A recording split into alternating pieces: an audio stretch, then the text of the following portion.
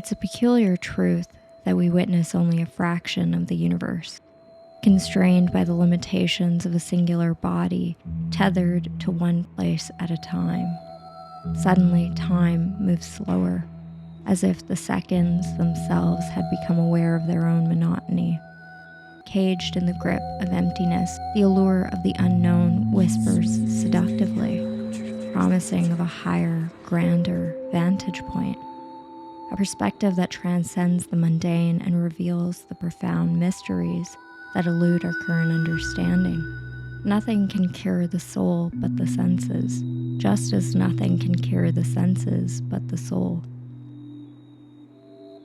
The soul is an elusive thing, and the best we'll ever be able to do is to approach it perceptually.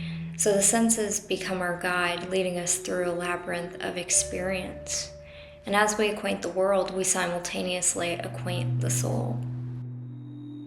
Every avenue we traverse is in pursuit of a reality beyond the singular existence we've always known.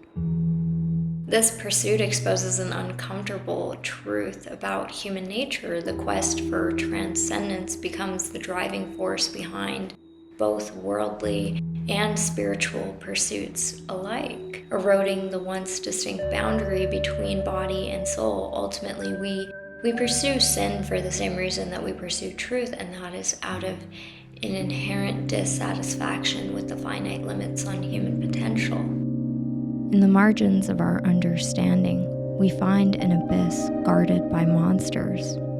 Initially, these creatures compel us to avert our gaze, providing a semblance of comfort in the limitations we've always known. But what makes these monsters so insidious is that they readily transform into unrecognizable specters. Figures that were once perceived to be guardians now taunt us with what lies just beyond our grasp. At the edge of death, pain, and ignorance lies the foundation for a Faustian bargain. Satan stealthily creeps on us, and by degrees lures us by clandestine arts, so that when we go astray, we know not that we are going astray. Thus, gradually we slide until at length we rush headlong into ruin. The Faustian bargain, a pact with the devil, metaphorically represents our innate longing to surpass boundaries.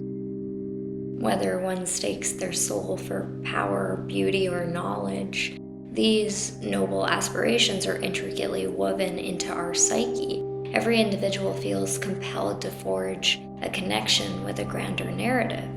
And because of this, divinity teeters on the brink of corruption. The ideals that we're eager to uphold can readily spiral into darkness, and therefore we must navigate between the sacred and the profane cautiously.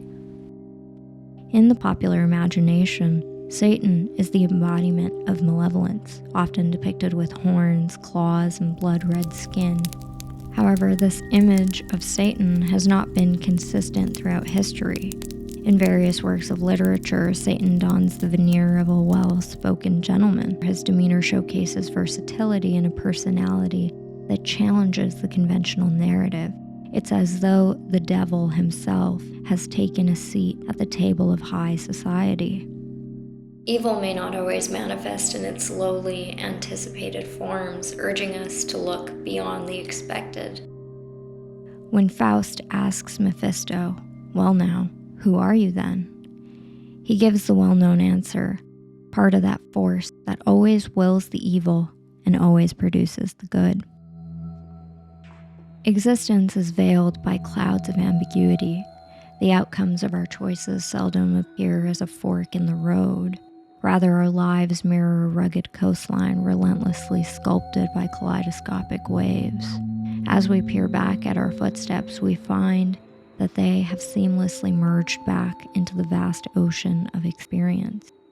That concludes my thoughts for now. As always, thank you all for watching, and thank you to my supporters on Patreon.